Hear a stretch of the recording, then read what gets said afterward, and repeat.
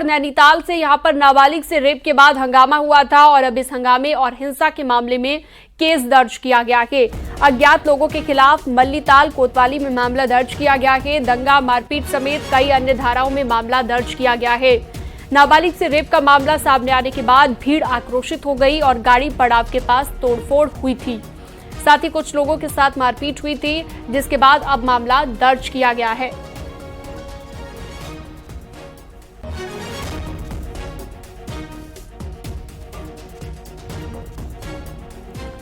नैनीताल में आज जुम्मे की नमाज के दौरान भी बवाल हुआ है। भारी सुरक्षा के बीच नमाज पढ़ने लोग मस्जिद तो आए, मगर इस दौरान विरोध का सामना भी करना पड़ा। नमाज शुरू होते ही हिंदुवादी संगठन मस्जिद की तरफ नारेबाजी करते हुए पहुंचे और 2 बैरिकेडिंग तोड़कर मस्जिद की ओर घुस गए।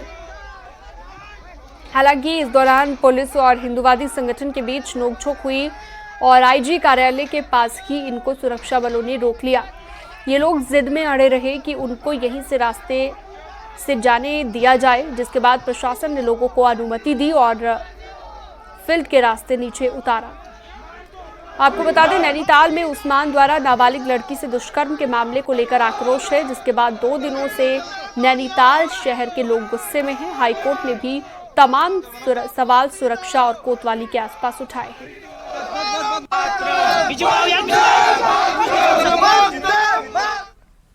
नैनीताल में 12 साल की बच्ची के साथ हुए दुष्कर्म के मामले को लेकर सीएम धामी ने सख्त रुख दिखाया है। सीएम ने कहा कि अपराधियों को किसी कीमत पर नहीं बख्शेंगे। नैनीताल और उधम सिंह नगर की घटनाओं पर सीएम ने कड़ी कार्रवाई के निर्देश दिए। साथ ही कहा कि नैनीताल में पीड़ित और उसके परिवार को सुरक्षा मुहैया कराई जाए। सीएम ने कहा, हमारी सरकार पीड़िता के साथ मजबूती से खड़ी है। सोशल मीडिया पर अफवाह फैलाने वालों पर कड़ी कार्रवाई के निर्देश जारी किए गए हैं। सीएम ने कहा कि वेरिफिकेशन अभियान तेज किया जाए। उत्तराखंड की अस्मिता से छेड़खानी बर्दाश्त नहीं की जाएगी। किसी भी कीमत पर जिन्होंने कानून तोड़ा है, अपराध किया है, उनके खिलाफ सख्त कार्रवाई और सख्त कार्रवाई के लिए कहा गया है कि कोई भी अपराधी यहां बचने नहीं पाएगा। नैनीताल में रेप की वारदात के बाद खासा बवाल मचा हुआ है। नैनीताल पहुंचे पूर्व सीएम भगत सिंह कोश्यारी ने कहा कि घटना दुर्भाग्यपूर्ण है। साथ ही कोश्यारी ने कहा, लेकिन इससे नैनीताल में हालात नहीं बिगड़ने चाहिए, क्योंकि इससे शहर का काम और नाम दोनों खराब होता है।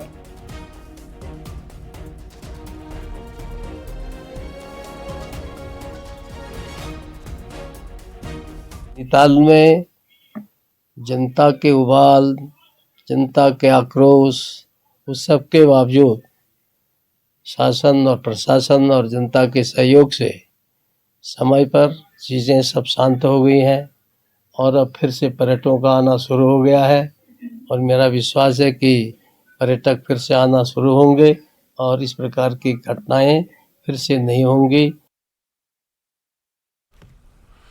उत्तराखंड में धामी सरकार का भू कानून लागू हो चुका है। दूसरे प्रदेश से आकर कोई भी खेती किसानी के लिए जमीन नहीं ले पाएगा, तो इंडस्ट्री लगाने के लिए भी नियम कायदे मानने होंगे। लेकिन ये कानून राज्य के हरिद्वार और उधम सिंह नगर जिलों में भी लागू नहीं होगा, तो राज्य के शहर और कस्बों में भी लागू नहीं होगा।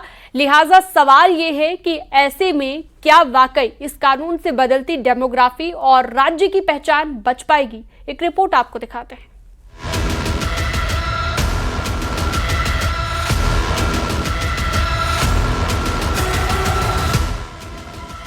नैनीताल में मुस्लिम बुजुर्ग ने बलात्कार की घटना को अंजाम दिया, जिस पर बवाल मचा है। तो गुरुवार को गवर्नर की मंजूरी के बाद कड़ा भू कानून राज्य में लागू हो गया। उत्तराखंड में जमीनों की अवैध खरीद और बिक्री राज्य बनने के बाद बड़ी मुश्किल बनी है। इसी मांग पर सरकार ने कड़ा भू कानून बनाया है।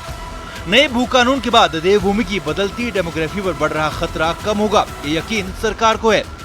नए भू कानून के लागू होने पर मुख्यमंत्री पुष्कर सिंह धामी ने कहा, प्रदेशवासियों की जनभावनाओं के अनुरूप उत्तराखंड में कृषि और उद्यान भूमि की अनियंत्रित बिक्री पर पूरी तरह रोक लग गई है। साथ ही आवासीय, शिक्षा, अस्पताल, होटल, उद्योग जैसी जरूरत के लिए भी अन्य प्रदेशों के लोगों को निर्धारित कड़ी प्रक्रिया से गुजरने के बाद ही उत्तराखंड में तय मानकों के मुताबिक जमीन खरीद पाएंगे। सख्त भू कानून लागू होने से प्रदेश में डेमोग्राफी चेंज की कोशिशों पर रोकथाम लग सकेगी। प्रदेश की सांस्कृतिक सामाजिक पहचान को मजबूत बनाने के लिए सख्त भू कानून को मंजूरी प्रदान करने के लिए महामहिम राज्यपाल जी का बहुत बहुत आभार। वो हमारा संकल्प था, हमने वचन दिया था कि हम राज्य की जनता के सामने हमने हमेशा कहा था कि हम सशक्त भू कानून लाने की दिशा में हम काम करेंगे और हमने अपना जो वचन था उसको पूरा किया है, हमने आगे बढ़ा। धामी जी की और उनके सरकार की इस बात की प्रशंसा होनी चाहिए, सराहना करता हूं कि ये बहुप्रतीक्षित कदम उठाया कि एक सिस्टमैटिक तरीके से एक डेमोग्राफिक प्रोफाइल चेंज करने के प्रयास हो रहे हैं और डेमोग्राफिक प्रोफाइल निरंतर चेंज हो रही है, तो निश्चित रूप से उस पे इससे काफी कुछ लगाम लगेगी। नया भू कानून हरिद्वार और उधम सिंह नगर में लागू नहीं होगा तो दूसरे राज्य का कोई भी व्यक्ति घर के लिए 250 वर्ग मीटर से ज्यादा जमीन खरीद नहीं पाएगा। पर यह नियम नगर निगम, नगर पालिका और नगर पंचायत में लागू ही नहीं होगा। कांग्रेस का कहना है कि डेमोग्राफी के इस हाल के लिए कानून बनाने वाली बीजेपी की पिछली सरकारें जिम्मेदार हैं। वहीं एक्सपर्ट्स के मुताबिक सवाल पहाड़ का है और पहाड़ के शहरों और कस्बों में 250 वर्ग मीटर का नियम लागू ही नहीं होता, जबकि यहीं पर सबसे ज्यादा लोग बस रहे हैं। ये इतनी देर क्यों कर दिया आपने? तुम्हारा ही पाप था, अब अपने पाप को धो रहे हो। 2018 में भाजपा का पाप था। ये जो डेमोग्राफिक चेंजेस आए हैं और जो ये बड़ी संख्या में ज़मीनों की बिक्री हुई और कई गांवों की पूरी संरचना बदल गई, तो वो भाजपा के कार्यकाल में हुआ है। और जब सब बिक गया उसके बाद होश में आ रहे हो और अब भी आपने 2 जिले छोड़ दिए हैं। ये कहना सब पहाड़ों की जमीन नहीं खरीद सकती हो, झूठ बोलते हो। निकाय का 73 निकाय पहाड़ों में है, वही प्राइम लैंड है। जो आपका 1350 किलोमीटर है ये 4 धाम, उसी के आसपास तो लोगों में बसे हैं, उसी के आसपास होटल रिसोर्ट बन रहे हैं, वो सारा वो खुली कर दिया आपने।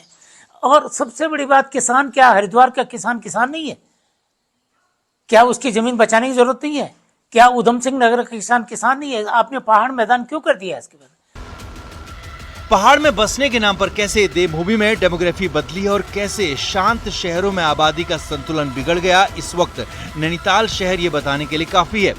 ऐसे में नए भू कानून के लागू होने के साथ सरकार के लिए ये चुनौती भी है कि जमीन की खरीद बिक्री के नियम कड़े तरीके से लागू हों, फॉलो हों, ताकि नैनीताल की तरह किसी शहर में लोकल लोगों को सड़कों पर ना उतरना पड़े। देहरादून से न्यूज़ 18 के लिए दीपांकर भट्ट की रिपोर्ट। देहरादून से बड़ी खबर के राज्य कर्मचारियों और पेंशनर्स को पुष्कर सिंह धामी सरकार ने बड़ा तोहफा दिया है। राज्य सरकार ने महंगाई भत्ता 2% बढ़ा दिया है। राज्य सरकार ने महंगाई भत्ता 53% से बढ़ाकर 55% कर दिया है और 1 जनवरी 2025 से ये बढ़ा हुआ महंगाई भत्ता लागू होगा।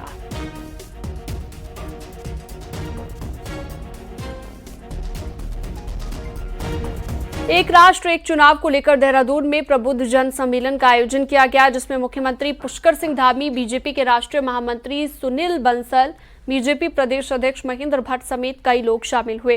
देश में एक चुनाव को लेकर इस सम्मेलन में चर्चा की गई, जिसमें एक राष्ट्र एक चुनाव की महत्ता से लेकर कैसे चुनाव समेत चुनाव में समय और पैसे की बर्बादी की बात को उठाया गया। मुख्यमंत्री पुष्कर सिंह धामी ने कहा कि देश में एक राष्ट्र एक चुनाव होना इसलिए भी जरूरी है ताकि देश का विकास हो सके।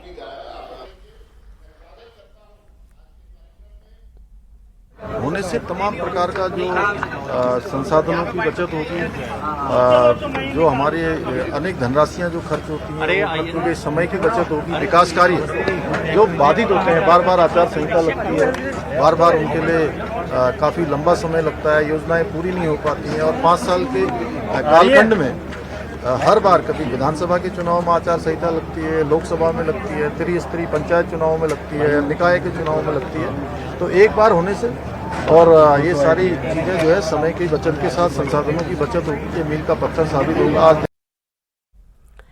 ऋषिकेश कर्णप्रयाग रेल लाइन पर काम की वजह से जहां सड़कें खराब हुई हैं, उन्हें जल्द ही ठीक करने के निर्देश मुख्य सचिव आनंद बर्धन ने रेलवे के अधिकारियों को दिए हैं। शुक्रवार को डीआरएम मुरादाबाद और इज्जतनगर के साथ मीटिंग में मुख्य सचिव ने कहा कि देहरादून के हर्रावाला रेलवे स्टेशन को फुल रेलवे स्टेशन के तौर पर डेवलप किया जाए और इसके लिए जितनी भी जमीन की जरूरत होगी राज्य सरकार उपलब्ध कराएगी।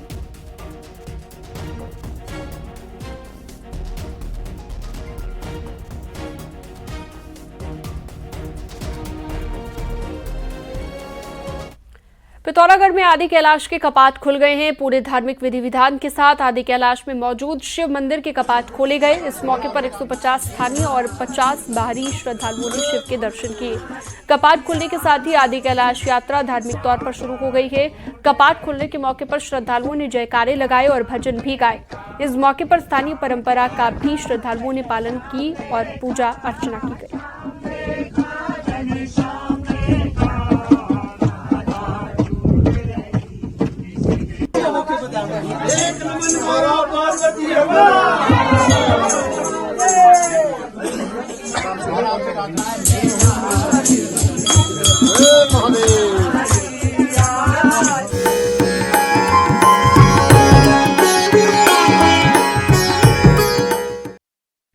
केदारनाथ धाम में आज कपाट खोले गए और पहले ही दिन केदारनाथ में भक्तों का सैलाब उमड़ पड़ा। पहले दिन 30,000 से ज्यादा भक्तों ने दर्शन किए। कपाट खुलने के दिन 30,154 भक्तों ने दर्शन किए।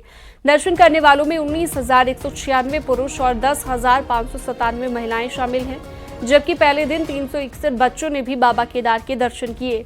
सुबह शुभ मुहूर्त में कपाट खोले गए। सीएम धामी भी इस वक्त मौजूद रहे और सीएम ने प्रधानमंत्री के नाम से पहली पूजा की।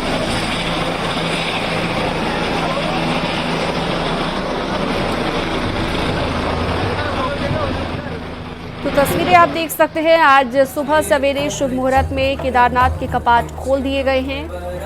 पूरे विधि विधान के साथ कपाट खोले गए।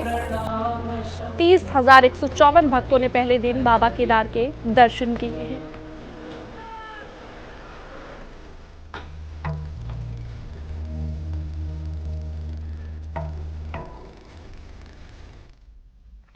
चारधाम यात्रा का आगाज हो चुका है। शुक्रवार को जहां केदारनाथ के कपाट खोल दिए गए, 4 मई यानी कि रविवार को बद्रीनाथ के कपाट भी खोल दिए जाएंगे। बद्रीनाथ के कपाट खुलने की प्रक्रिया शुक्रवार से शुरू हो गई।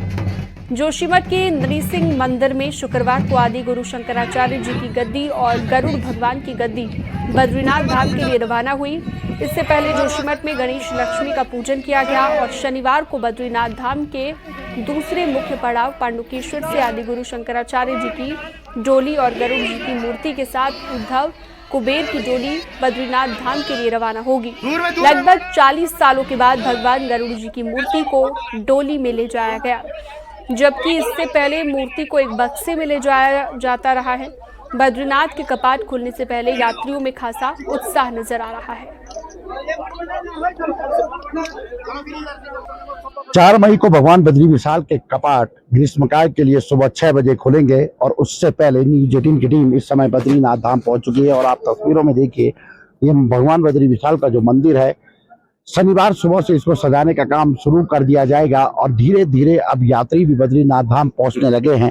केदारनाथ धाम के कपाट खुलने के बाद अब सभी को भगवान बद्री विशाल के कपाट खुलने का इंतजार है। और जब भगवान बद्री विशाल के कपाट ग्रीष्म काल के लिए खुलते हैं तो उसके साथ ही उत्तराखंड में स्थित चारों धाम की विधिवत यात्रा भी शुरू हो जाती है। न्यूज 18 की टीम बद्रीनाथ धाम पहुंच चुका है और इस समय हम देख रहे हैं कि बद्रीनाथ धाम में जो लाइट की व्यवस्थाएं हैं वो ठीक कर दी गई हैं। और अब कल सुबह से यानी कि जो ऋषिकेश से लगभग 10 से 15 कुंतल फूलों से जो भगवान बद्री विशाल का मंदिर सजाने के लिए जो टीम पहुंचती है वो आज रात तक बद्रीनाथ धाम पहुंच जाएगी। और इसके बाद भगवान बद्री विशाल के मंदिर को रंग बिरंगे फूलों से सजाने का काम शुरू कर दिया जाएगा। यात्रियों में काफी उत्साह दिखाई दे रहा है और धीरे धीरे यात्री बद्रीनाथ धाम की तरफ पहुंचने भी लगे हैं। नितिन सेवाल, न्यूज 18, बद्रीनाथ धाम। चारधाम यात्रा शुरू हो चुकी है। वहीं रुड़की के नारसन बॉर्डर पर वाहनों की चेकिंग के बाद आगे के लिए रवाना किया जा रहा है। सभी यात्रियों का रजिस्ट्रेशन चेक किया जा रहा है ताकि बिना रजिस्ट्रेशन के कोई ना जा सके। जिनका रजिस्ट्रेशन नहीं है उनको इसकी जानकारी पहले दी जा रही है। साथ ही गाड़ियों की फिटनेस नहीं पाए जाने पर उन्हें वापस भी भेजा जा रहा है।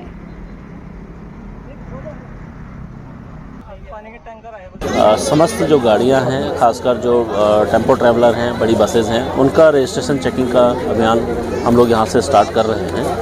और इसमें कुछ किसी भी तरीके से अगर कोई दिक्कत आती है या फिर कोई बिना रजिस्ट्रेशन के लोग आते हैं, उनको सहयोग किया जा रहा है कि रजिस्ट्रेशन में कैसे वो ई रजिस्ट्रेशन कराया जाए या ऑफलाइन रजिस्ट्रेशन के लिए भी उन्हें प्रोत्साहित किया जाए। रुड़की के पिरान कलियर दरगाह में चोरी के आरोप में लोगों ने एक शख्स की जमकर पिटाई कर दी, जिसका वीडियो सोशल मीडिया पर तेजी से वायरल है। बताया जाता है कि शख्स जायरीनों की जेब से मोबाइल और नकदी चोरी कर रहा था।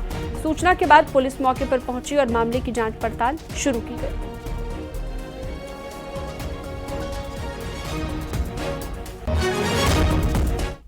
टनकपुर जौलजीबी रोड पिथौरागढ़ और चंपावत के लिए तो जरूरी है ही, साथ ही ये रोड नेपाल बॉर्डर पर भारत के सुरक्षा तंत्र की मजबूती के लिए भी जरूरी है। ऐसे में लंबी जद्दोजहद के बाद अब इस रोड के पूरी तरह से बनने के आसार नजर आ रहे हैं। देखिए,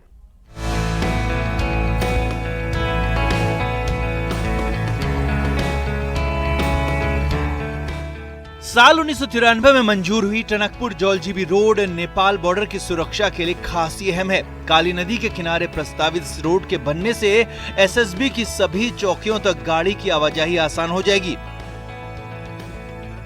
यही नहीं, पिथौरागढ़ और चंपावत के सैकड़ों गांवों को भी ये रोड मुख्य धारा से जोड़ सकती है। 2 दशक के सफर में इस रोड में 50% ही काम हो पाया है, लेकिन अब बॉर्डर की इस अहम रोड के पूरी बनने की उम्मीद जग रही है।